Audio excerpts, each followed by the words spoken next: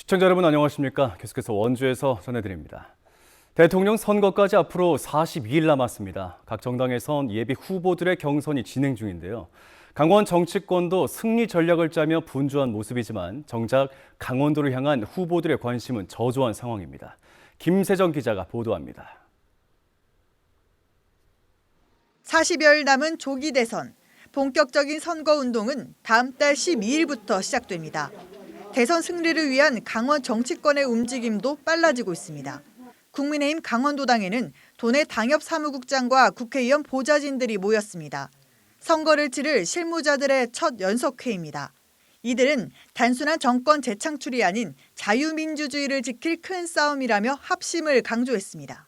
강원도가 흔들리면 당 전체가 흔들릴 수 있다는 위기의식을 갖고 임해 주시기를 부탁을 드리겠습니다. 더불어민주당은 이번 주말 강원권을 포함한 순회 경선을 마무리하고 대선 후보를 확정합니다. 대선 시계가 빠르게 돌아가는 만큼 정당 선거사무소 설치와 유세차 배정을 마쳤습니다. 후보가 결정되는 즉시 도당 선대위를 구성하고 본격적인 선거운동에 돌입하여 대선 승리를 위해 만전을 기울일 것입니다. 조만간 강원도 표심을 잡을 지역 공약도 나와야 합니다. 각 정당들은 강원특별법 추가 특례와 교통망 확충 등 민심이 담긴 공약들을 중앙당에 전달했습니다. 하지만 대선 예비 후보 가운데 강원도에 특화된 공약을 내세운 후보는 아직 보이지 않습니다. 예비 후보들의 강원도 방문 일정도 결정되지 않았습니다. 대선 예비 후보들의 관심이 소위 텃밭으로 불리는 지역이나 표가 많은 수도권에 집중됐기 때문입니다. 인구가 많은 거대 광역시를 중심으로 해서 치러지고 있기 때문에 우리 강원 지역 유권자들이 특별자치도임에도 불구하고 요구들이 반영되지 않는 유권자 수가 3% 정도에 불과한 강원도. 이러다 강원도 패싱이 또다시 재현되는 건 아닌지 우려가 커지고 있습니다. MBC 뉴스 김세정입니다. 제21대 대통령 선거를 앞두고 원주시가 지역 공약을 발굴해 강원도와 각 정당에 제안했습니다. 원주 첨단 의료 복합단지 조성과 반도체 메가 클러스터 원주권 확장, 수도권 광역 급행철도 GTX 원주 연결, 원주 국도대체 우회도로 흥업 소초 구간 개설과 원주공항 국제공원 승격 등 11개 주요 사업이 담겼습니다. 이번 공약 제안은 지역의 성장 잠재력과 경제 활성화를 견인할 수 있는 사업들로 구성됐으며 원주시는 해당 과제들이 대통령 공약과 정부의 정책에 반영될 수 있도록 적극적으로 대응할 방침입니다. 최근 원주에서 추진됐던 의료 폐기물 소각장 건립이 주민들의 거센 반발로 무산됐는데요. 이번엔 인근 지역인 횡성에서 추진돼 역시 주민들의 반대에 부딪혔습니다. 발달하는 의료 산업만큼이나 중요해진 의료 폐기물 처리 문제, 민간 시장에만 내맡겨 지역 갈등을 유발시킬 게 아닌 국가 차원의 투명한 관리가 필요하다는 지적이 나오고 있습니다. 보도에 황구선 기자입니다. 원주시 소초면에 추진됐다 주민 반대로 허가가 나지 못했던 의료 폐기물 소각장 추진. 이번엔 바로 옆마을 횡성군 우천면에 추진되면서 또 다른 분쟁이 시작됐습니다. 작년 말 원주지방환경청으로부터 사업 적합 통보를 받은 업체가 부지 매입 계약을 맺는 등 본격 추진에 나섰고 주민 수백 명은 궂은 날씨에도 머리에 붉은 띠를 두르고 반대 대책위를 꾸렸습니다. 의료 폐기물 소각장 물러라! 업체가 횡성에 소각장을 추진한 건 작년 3월. 원주환경청이 횡성군에 주민 의견 수렴 요청을 했지만 별 반응이 없자 환경청이 적합 처리를 하면서 올해 초 주민들이 알게 됐습니다. 지역 주민들이 이것을 갖고 반대하는 것이 불보듯이 뻔한 사항인데 이것을 갖고 법적으로 문제가 안 되면 허가해 주겠다? 아니에요. 이것은 정부 자체에서 막아줘야죠. 해당 소각장 부지는 영동고속도로 새말 IC와 루지 체험장 등 지역 관광지와도 인접해 있습니다. 이곳 주변 8,300제곱미터 부지에 의료 폐기물 소각시설 건립이 추진되면서 뒤늦게 알게 된 주민들이 결코 받아들일 수 없다며 강하게 반발하고 있습니다. 횡성군은 인허가에 있어 주민 우려를 최대한 반영하겠다는 입장입니다. 저희가 인가권을 갖고 있기 때문에 그 시설 계획 기준에 맞지 않아요. 그래서 그 부분을 가지고 저희가 적극적으로 대처하겠다는 말씀을 드립니다. 폐기물이 발생하는 곳에서 폐기물을 처리해야 한다는 거예요. 업체가 밝힌 사업 규모는 1시간에 2톤씩 하루 48톤의 폐기물을 소각합니다. 주민들은 횡성만 치면 0.17톤, 강원도 전체로 봐도 하루 14톤 발생되는데 수도권에서 나온 폐기물을 횡성에다 처리하는 거라고 반발합니다.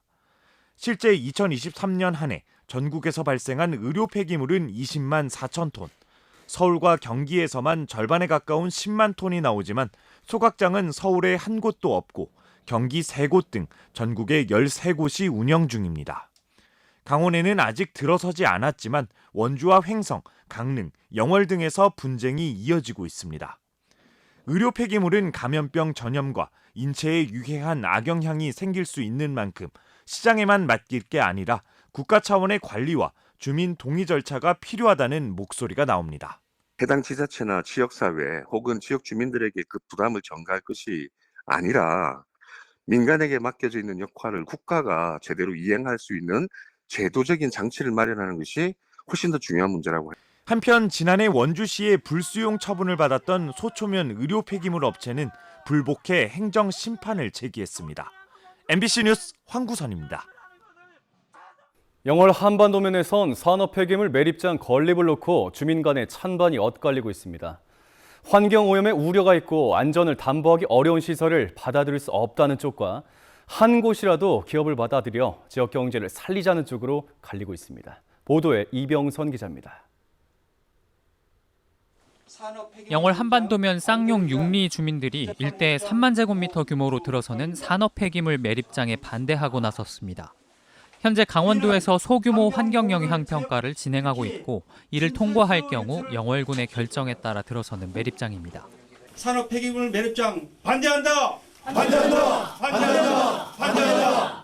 지역 환경단체와 주민들은 풍선과도 같은 거대한 천막에 공기를 불어넣어 악취를 차단하는 에어돔 방식이 근본적으로 침출수를 막을 수 없다며 식수원 오염을 염려하고 있습니다.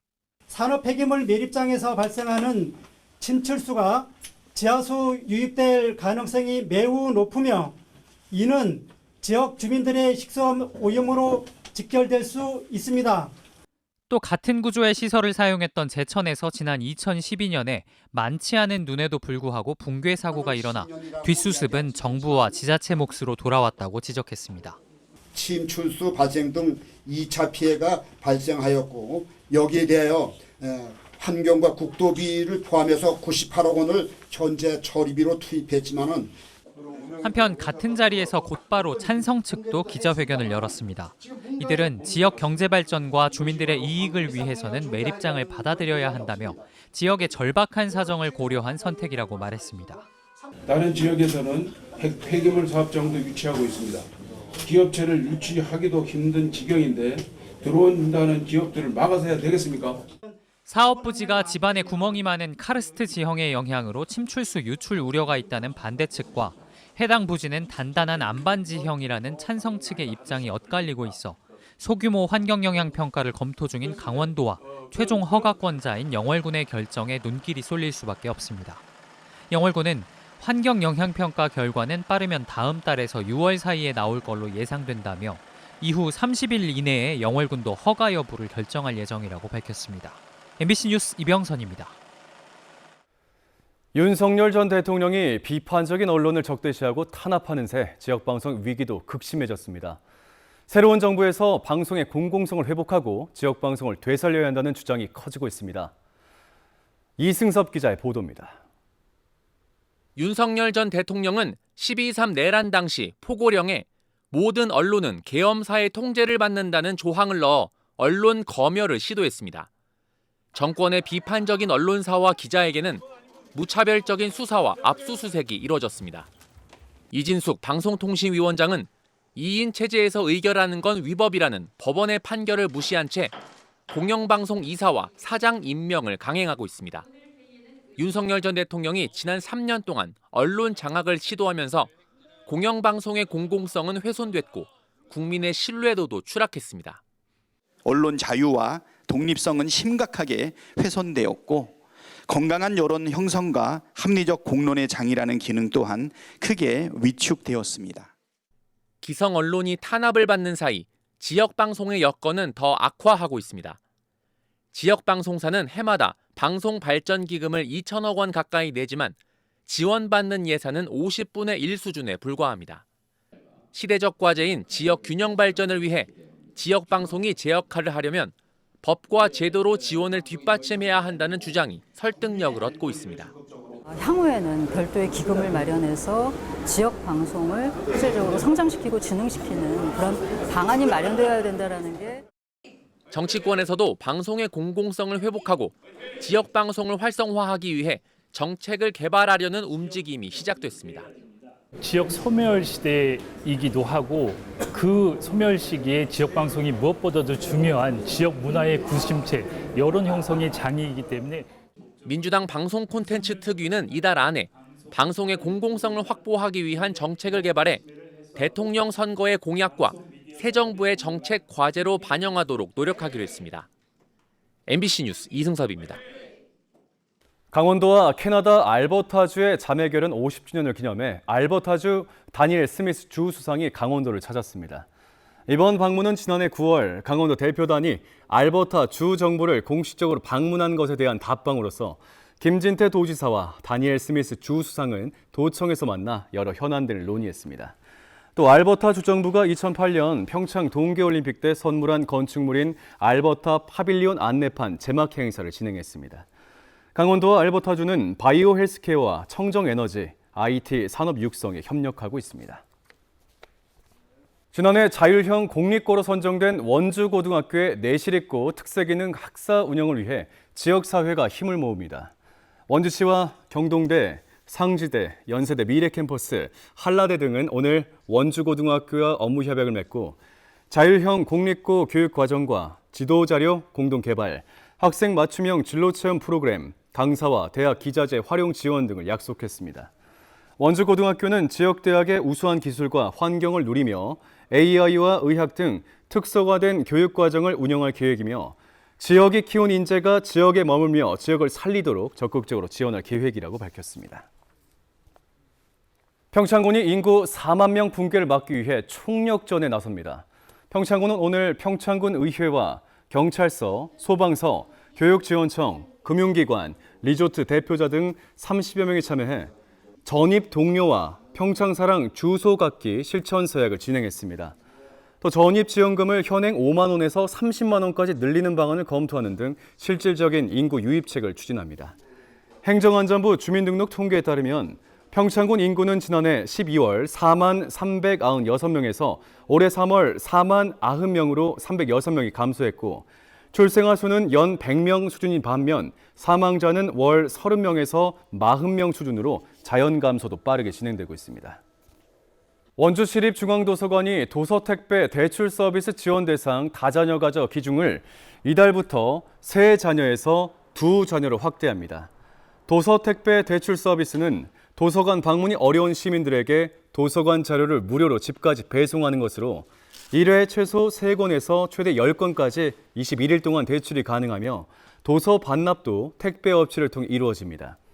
다자녀 가정 외에도 장애인과 임산부, 영유아, 다문화 가정도 지원 대상에 포함됩니다. 해당 서비스는 2020년에 처음으로 도입돼 지난해 말까지 택배 발송은 모두 3,300여 건, 대출 도서는 2만 3천 권이 넘었습니다. 지금까지 뉴스데스크 원주였습니다. 시청해주신 여러분 고맙습니다.